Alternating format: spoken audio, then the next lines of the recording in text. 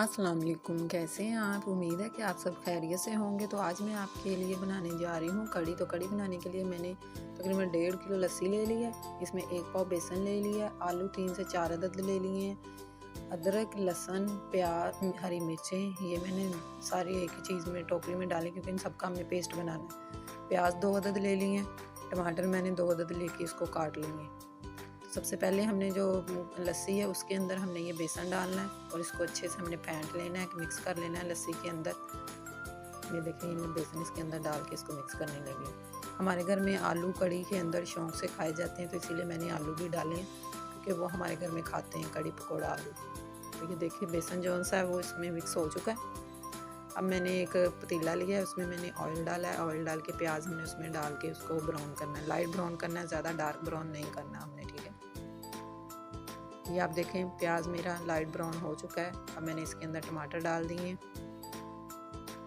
हल्का से इसको भूनना है। और अदरक, लहसुन और हरी मिर्चों का ये मैंने पेस्ट बना लिया था और वो भी डाल के इसकी भी हमने हल्की सी भुनाई करनी है और इसमें बाकी के मसाले हमने ऐड कर देने हैं।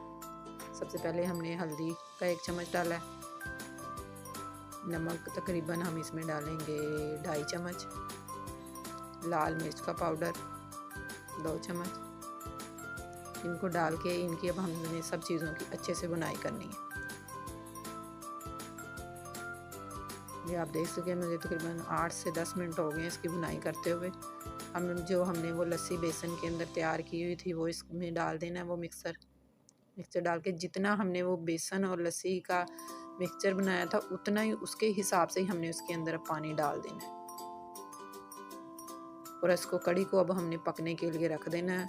इसको उबाल आने तक ना देखिएगा, इसको उबाल आएगा उतनी देर में हम तैयार कर लेते हैं पकोड़े का सामान। तो पालक ले लिए, आलू ले लिए, प्याज ले लिया, हरा धनिया ले लिया, बेसन ले लिया। अब ये सारी चीज़ें हम इसमें डाल के इसको बनाएंगे। जो मैंने पालक काट के धो के रख ली थी, ये देखिए। अब मैंने इसके अंदर पालक डाल दिया, आलू बारीक बारीक चॉप किए थे वो डाल दिए, सब्ज़ धनिया डाल दिया, प्याज 3 से 4 अदद डाल दिए,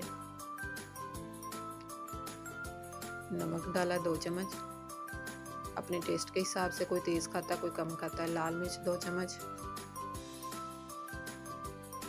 साबुत धनिया डालना है 2 चम्मच, साबुत ज़ीरा डालना है और ये बेसन डाल के इसको हमने मिक्स कर लेना है। इसमें हमने ज़्यादा पानी नहीं डालना है, इसको ज़रा खुश्क सा रखना है क्योंकि जो इसमें पालक है, आलू है और प्याज है ना, वो पानी अपना भी छोड़ते। तो इसके बाद फिर अगर हम पहले से इसको नरम रख लेंगे तो पानी छोड़ने के बाद ये मज़ीद नरम हो जाएगा। ये देखिए हमने इस साइज़ का इसको सख्त सा रखना है।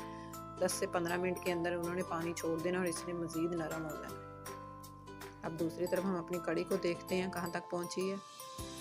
ये देखें कढ़ी को उबाल आने शुरू हो गए।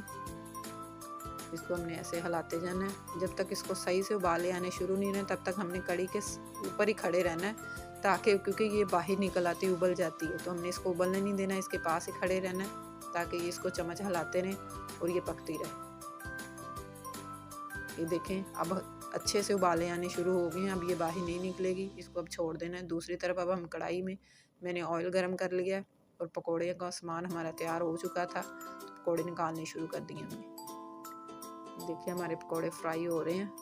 मैंने आगे अपने चैनल में पकौड़े की रेसिपी बताई हुई है, अगर आप देखना चाहें तो वहाँ से जाके मेरे लिंक पे आप निकाल सकती हैं और देख सकती हैं पकौड़े की रेसिपी को। ये हमारे पकौड़े भी तैयार हो चुके हैं। अब हम अपनी कढ़ी की तरफ जाते हैं। ये देखें कढ़ी के अंदर मैंने आलू और पकौड़े डाल दिए थे, वो पक रही है। ये देखिए गाढ़ी हो चुकी है।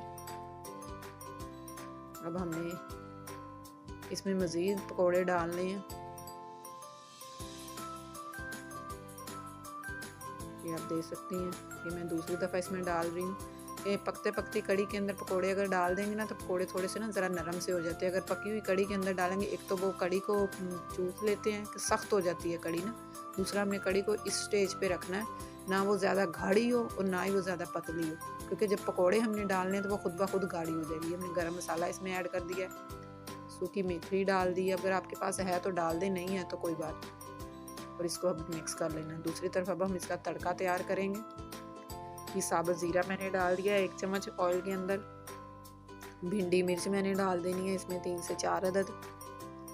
इनको डाल के लाइट सा हमने इनको बुनाई करनी है और ये हमारा तड़का तैयार हो गया। बहुत ही अच्छी और लजीज कड़ी बनी है। आप भी मेरे तरीके से ज़रूर ट्राई कीजिएगा।